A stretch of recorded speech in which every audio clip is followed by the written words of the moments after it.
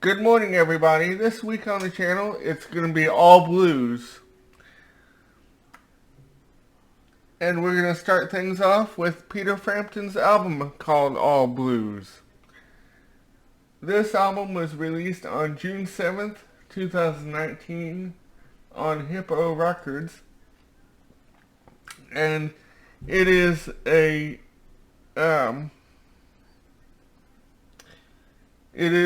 half instrumental, half vocal performance record, meaning that Peter does sing on this record, but not unlike his Hummingbird in a Box record and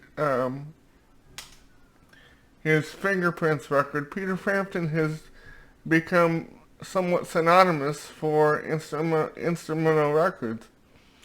And I guess he never gave it up because he does a few instrumentals on this one. But this is an all blues record, which I had never heard. I had heard a little bit when Peter was in Humble Pie, because they did some blues, but I had never heard Peter do any blues tunes, with the exception of "Can't Take That Away From Me" on his own. But the first time I had heard this record was on Spotify, and I loved it, and I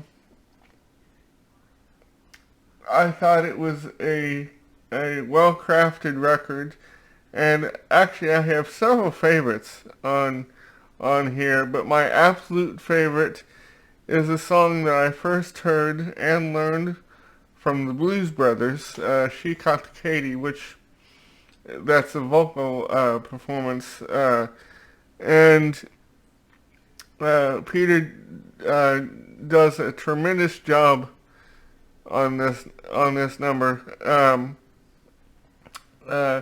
She Caught the Katy was I think first done by Taj Mahal, and then the Blues Brothers did it, like I said. Like I said a second ago, and then when I saw it was on Peter's new record, I got extremely excited because it's always been one of my favorite blues numbers, and he does it more in the vein of the Blues Brothers version. And actually, it's a lot harder rocking than the Blues Brothers version.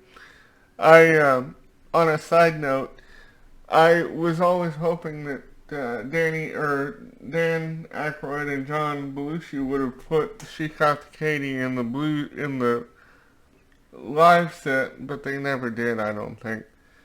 But because I think with the Blues Brothers band, it would have cooked very, very hard. And back to Peter.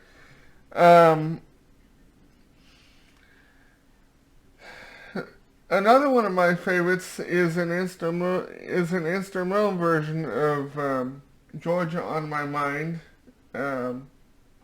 which really didn't surprise me that Peter would have done this song, because it's like I said, it's in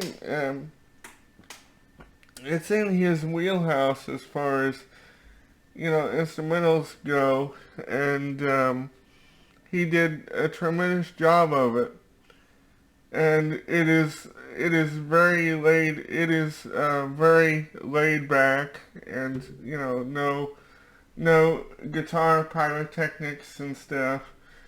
That's the thing about Peter's instrumentals that he chooses or writes, is that he doesn't he plays the song um, he plays a song he plays the song to serve the song. In other words, if it calls for guitar pyrotechnics, he does that. Or if he feels that um, that uh, this song requires a more laid back approach, such as Georgia on My Mind and a lot of stuff from Fingerprints, he does that.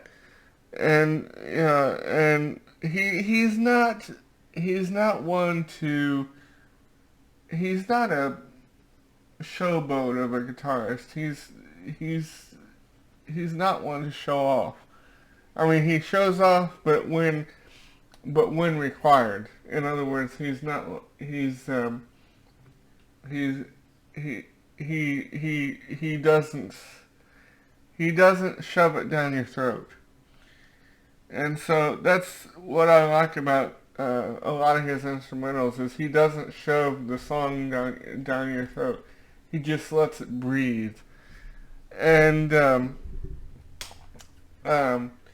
but another one of my favorite vocal performances is a song that I first heard on this record.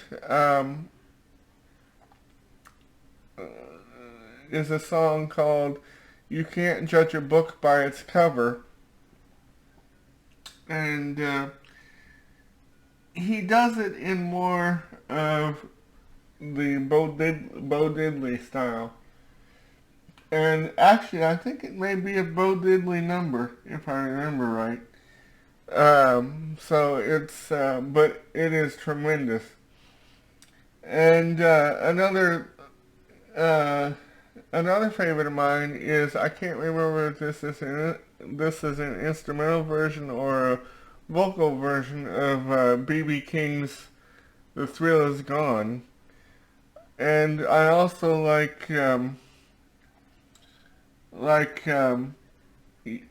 Just Want to Make Love to You, which is another vocal performance.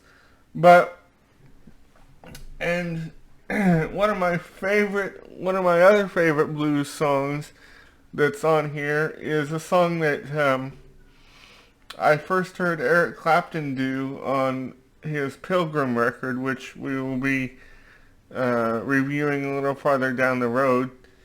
It's a song called "Going Down Slow," and actually it goes back with Clapton even further than that, because he did a version of it along with "Why Does Love Got to Be So Sad" on the Crossroads 2 box set, which we talked about a long time ago.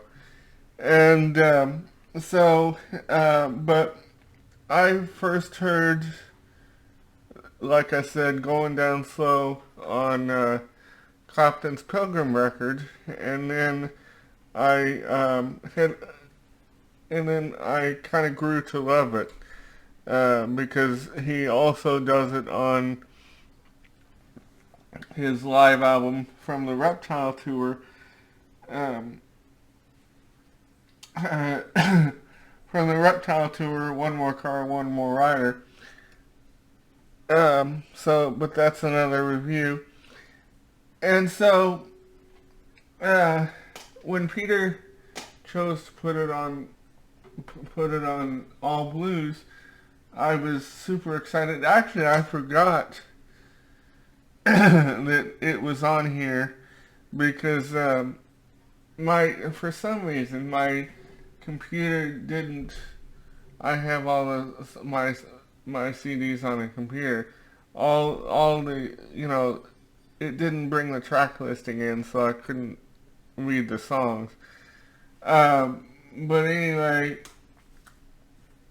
so I had actually forgotten that "Going Down Slow" was on here, and I love it. It's harder than some of the Clapton versions I've heard, and Peter tailors it to his own situation. And actually, that would be a good time to tell you the impetus of this record. A couple years ago, Peter was diagnosed with a neurological disorder, which which uh, which hampers his ability to play guitar. I mean, he can still play, but I think it's getting worse. Um, and so he wanted to, the impetus for this record was that he wanted to record as much music and release as much music as he could before becoming before playing guitar becomes an impossibility for him. And I saw him on the on his first farewell tour, and I was kind of sad about that, because it'd probably be the last time that I'd be able to see him, because I've seen him about 3 times. And although he's still on the road, but I think he's on the road till he can't be on the road anymore. I mean, he's a real road dog, and maybe he found some treatments that that delays this as long as possible. And because he's one of those people that if he's so synonymous with the guitar, if he couldn't play the guitar anymore, it kind of upset a lot of people. Kind of like with Phil Collins, he can't play the drums anymore because he has something similar to what Peter has. And Phil is one of my favorite drummers, and it's upsetting to me because I'm a drummer too, and it's upsetting to me because I've watched him for years and years and years play the drums, and to know that he can't play anymore is just a real bummer. And so I think that's the same with Peter. I mean, to know that he wouldn't be able to play would be a bummer for his fans, not to mention him, because he really, really loves music, I think. And so it was really a case of him wanting to record as much music as possible before he can't anymore. And so, but this is a tremendous record, and I hope you enjoy it.